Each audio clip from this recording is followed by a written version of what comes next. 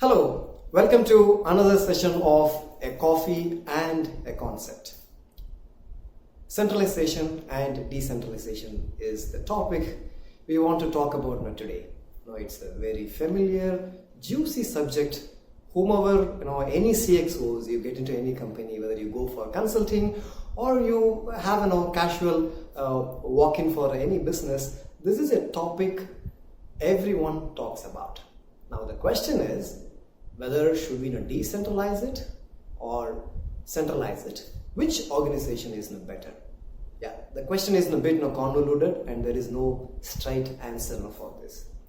Now let's say certain functions has to be centralized. For example, when it comes to strategic planning, or anything that rolls up to your goal, or anything that directly affects your customer in a larger way, and you need the purview of the leadership, then it is better it can be centralized. Now, what are all the functions that could be centralized? For example, let's now talk about a few examples. So in an organization, if you look at the HR, a payroll can be easily centralized without any friction within the organization. At the same time, hiring has to be a bit decentralized, because it also depends on which country the organization is. When you have multiple countries, obviously, if you have the head office in US and you have offices that spans all across the globe, it's very difficult for you to centralize the hiring process. And also, based on the industry, the hiring manager on that locality will understand what he or she needs to do that job. So payment versus hiring, payment could be centralized and hiring has to be decentralized.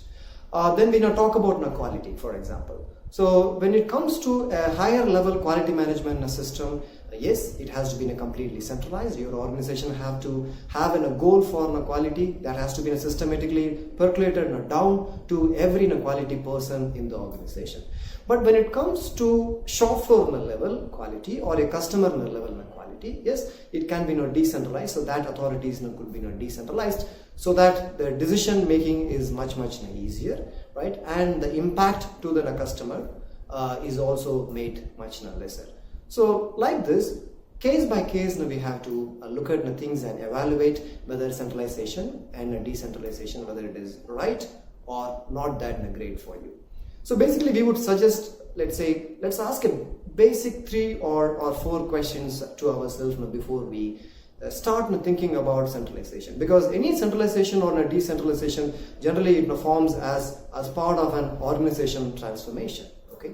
So the first question we want to ask is, why are we centralizing? Okay.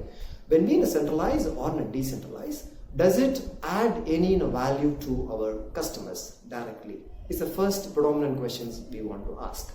Okay, if the answer is yes, go ahead.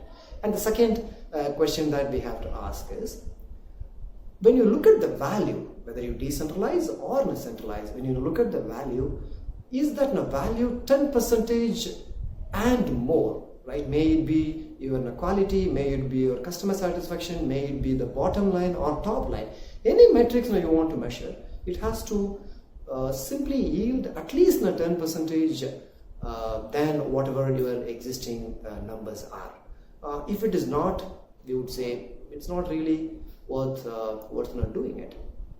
And the third one is, does it make I think maybe it is linked with your first question. Is it making a strategic difference in your organization in terms of positioning your product, in terms of positioning your brand in the market, and obviously adding a value to your customers? And the fourth one is, when you do the centralization or decentralization, is it making a lot of tug up into your organization, demotivation into your organization? So if this sort of let's say psychological impact that happens within the workforce, in a longer run, this is going to erode the gain whatever you get by decentralizing or centralizing. So these are a few of the points in which you have to be cautious about before you take a decision on centralization or decentralization. Thank you very much, and let's meet in another coffee and a concept.